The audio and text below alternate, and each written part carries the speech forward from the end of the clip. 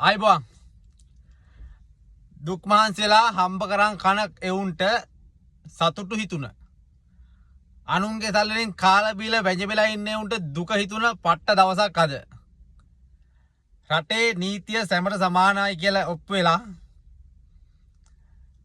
හොරගම් කරපු වැරදි කරපෙවුන් හිරේ යනකොට දැනෙන්නේ පුදුම සතුටක් හරිද මහින්ද ආනන්ද අලුත් ජමගේ අවුරුදු 20කටත් නලින් පනාන්දු අවුරුදු 25කටත් හිරේ ගියාම ඊළඟට ලිස්ට් එකේ යන්නේ ඉන්නේ උන් ටික පිළිවෙලට කෑ ගහනවා.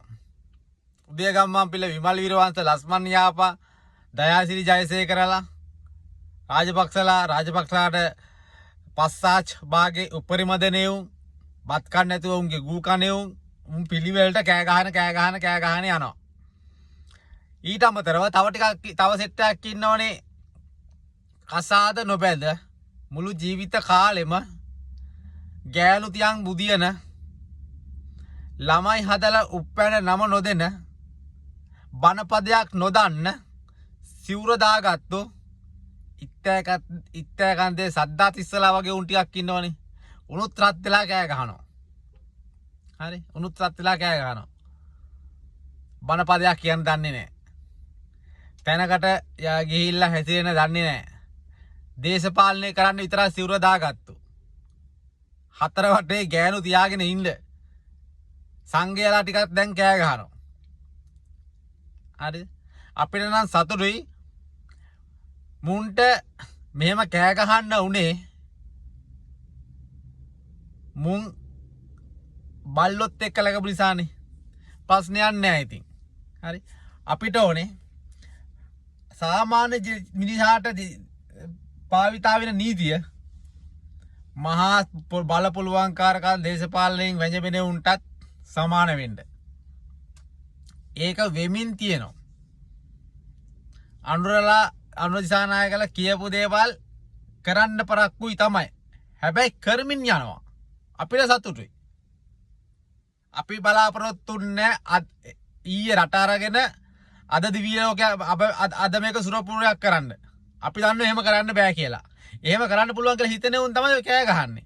අපි දන්නේ එහෙම බෑ කියලා. මොකද මේක එහෙම රටක් නෙවෙයි සිංගප්පූරුවක් නෙවෙයි දුන්නේ.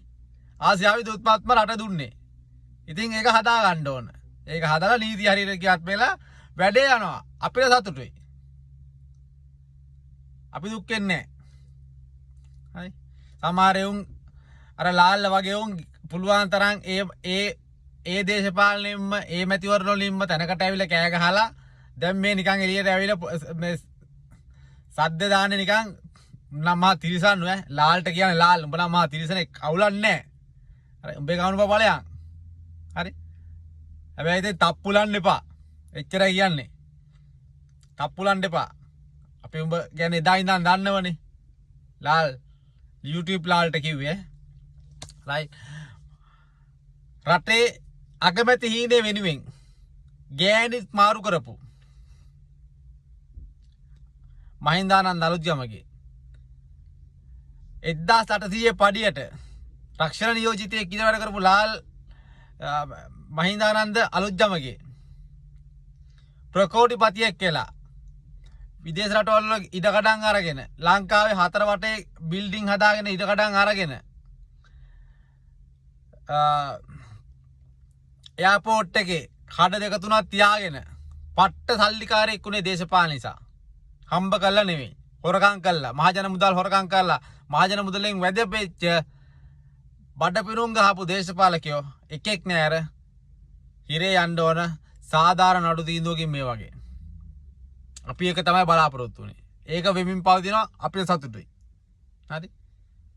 අසාධාරණයෙන් ජීවත් වෙච්ච මිනිස්සුන්ට ගොට්ටුවල් වෙලා ජීවත් වෙච්ච අහිංසක මිනිස්සුන්ගේ සල්ලි වලින් බදු සල්ලි වලින් තමන්ගේ ජීවිතේ වැජබෙච්ච මිනිස්සුන්ට මේව දිරවන්නේ නැහැ. හරි අපිට නම් දිරවනවා. ගිලෙන්න. ජය වේවා.